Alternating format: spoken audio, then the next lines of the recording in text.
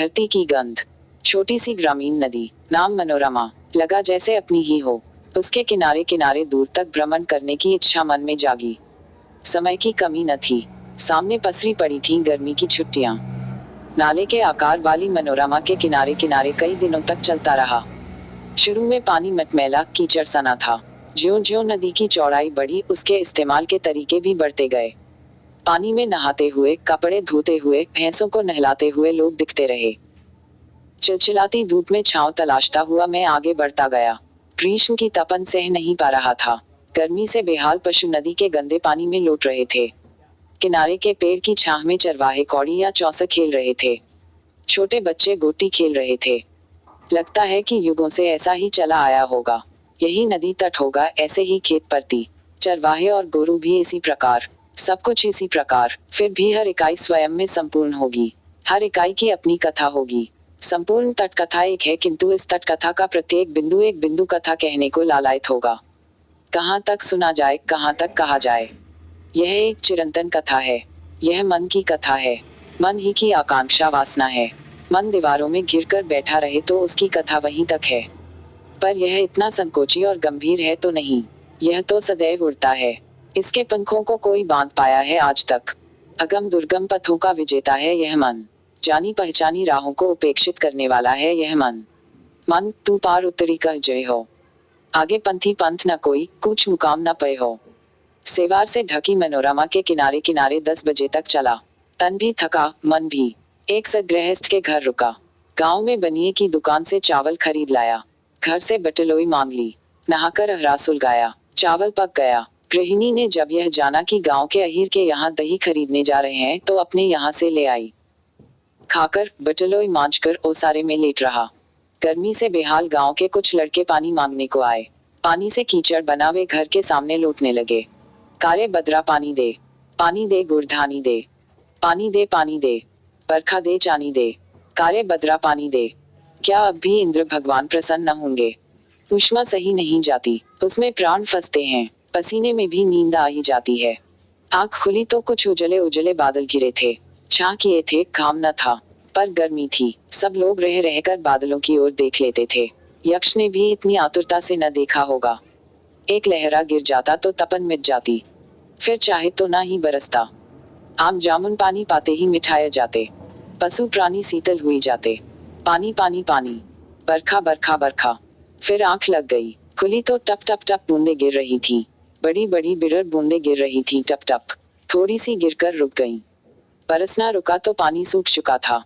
धरती की प्यास कितनी चिरंतन है। ओसारे में बैठा था। हवा का एक झोंका दक्षिण ओर के खेतों से आया तो सुगंध से मन भर गया। वन तुलसी की पत्तियों की महक।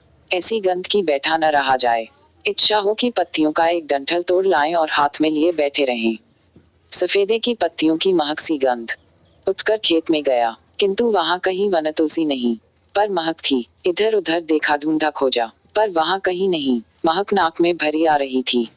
गृहस्वामी ने पूछा, क्या ढूंढ रहे हैं? यहाँ वन तुलसी तो है नहीं। यह महक कहाँ से आती है? हंसे वे, वन तुलसी नहीं, यह धरती की सांस है। पानी पीकर धरती सांस लेती है तो ऐसी ही गमक देती है।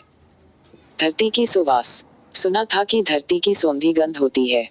आज जाना कि वह क्या होती है। गंध फूलों में होती है, मंजरियों में होती है, मोथे और कचूर की जड़ में भी होती है। पर इन सब की, हम सब की जो माँ है, उस आद्या की तुष्टि निश्वास में भी गंध होती है। वह गंध है जो नासिका को, मन को खींचती है। मन देश देश घूमा भटका, पर आज आकर वह सुवास बिंदु पाया जहाँ मन टिका है। असंख्य बूंदे गिरी, बादलों ने भटकना छोड़ा, तब धरती ने सुवास दी। जरीन पीचार। माँ धरती, तुम्हें असंख्य प्रणाम। अलस भाव से चारपाई पर आ बैठा। आगे जाने की इच्छा न हुई। लगा कि जैसे सब कुछ पा लिया, अब और कहाँ चलूं। संघर्ष के बाद मिलने वाले आशाप्रद फल का जो संतोष होता है वह मन को विश्राम देता है। वह विश्वास पाया। थोड़ी देर में और बादल गिरे। इस बार गरजे भी। गड़ डर डर, गड़ गड़ गड़ गड़ गड़ डम डम। कहीं नगाड़ा बजा हो ताजियों के उठने का। कुदुक कुदुक कर डाइक चकर। सब और छां घिर आई। हवा बही तेज, और फिर वर्षा आई। पहले बूंदे छिटकी, फिर झीनी झीनी बुनिया मेहा बरसे। फिर पानी गिरा, फिर मूसलाधार, सामने पानी ही पानी हो गया। तब फिर बूंदे पड़ने लगी। बूंद गिरती है तो पानी में बिंदु बनता है। बिंदु का वृत्त बनता है, बूंदें गिरती हैं, चूड़ियां बनती हैं, कई कई चूड़ियां, हर चूड़ी पूरी बन जाती है, संपूर्ण वृत्त। एक चूड़ी दूसरी को काटती भी है, पर स्वयं पूर्णता को प्राप्त कर और दूसरी को भी पूर्ण हो जाने का मौका देकर। हर बिंदु की अपनी कथा है, हर कथा स्वयं में पूर्ण है। फिर भी एक कथा है तट की तट कथा। शाम तक बारिश रुकी नहीं। अच्छा लगा। शाम को कहाँ जाऊं? फिर हरा सुलगाया, खिचड़ी बनी, बरसना रुक गया था, आकाश निर्मल हो गया था, चारों ओर हर चीज धुली हुई थी। बचपन में हृदय का आनंद कागज की नोक में लहराता था, पर अब बचपन कहाँ। यात्रा तो चलती ही रहेगी। नदी तीरे खड़ा हो गया। इतनी वर्षा में ही पानी बढ़ गया था, पर कुछ ही सोचा था कि इन नदी माँ के साथ साथ इनके मुहाने तक चलूंगा, पर ऐसा न हो पाया, न हो पाएगा ही। अच्छा ही है।